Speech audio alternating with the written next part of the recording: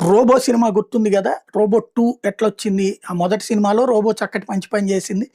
ఆ తర్వాతన ఆ తలకాయ తీసేసి పక్కన పడేయడం ఇదంతా జరిగింది. ఏది చివరిలో ఒక అమ్మాయిని రక్షించేటప్పుడు "నువ్వు రక్షించు" అనేటప్పటికి రక్షించింది నిప్పుల్లోకెళ్ళి. కానీ అది కాస్త అమ్మాయి బట్టలు లేకుండా ఉంటే అట్లాగే తీసుకొచ్చింది. అమ్మాయి పరువు పోయింది. అమ్మాయి సూసైడ్ చేసుకుందన్నటువంటి కారణంగా రోబో మీదన కేస్ పెట్టి, ఆ తర్వాత రోబోని డిస్మాంటిల్ చేయమంటాం. డిస్మాంటిల్ చేసేస్తే ఆ రోబోకి అది హ్యూమనాయిడ్ రోబో. అంటే మనిషిలాగా ఆలోచించేటటువంటి రోబో.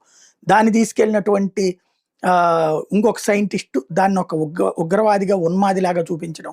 దాన్ని కంట్రోల్ చేయడం కోసమని మళ్ళీ వశీకరణ అడిగితే, వశీకరణ చేస్తున్న ప్రయత్నం సందర్భంలో ఈ రోబోనే చివరికి తనకి తానే అద్భుతమైనటువంటి ఆలోచనలు పెంచేసుకొని తనని సృష్టించినోడినే చంపేసి, ఆ తర్వాతన వందల కొద్దీ, లక్షల కొద్దీ రోబోలు తయారు చేసి, దాన్ని ఒక సైన్యంగా తీసుకొచ్చి దేశం మీదనే యుద్ధం ప్రకటించడం.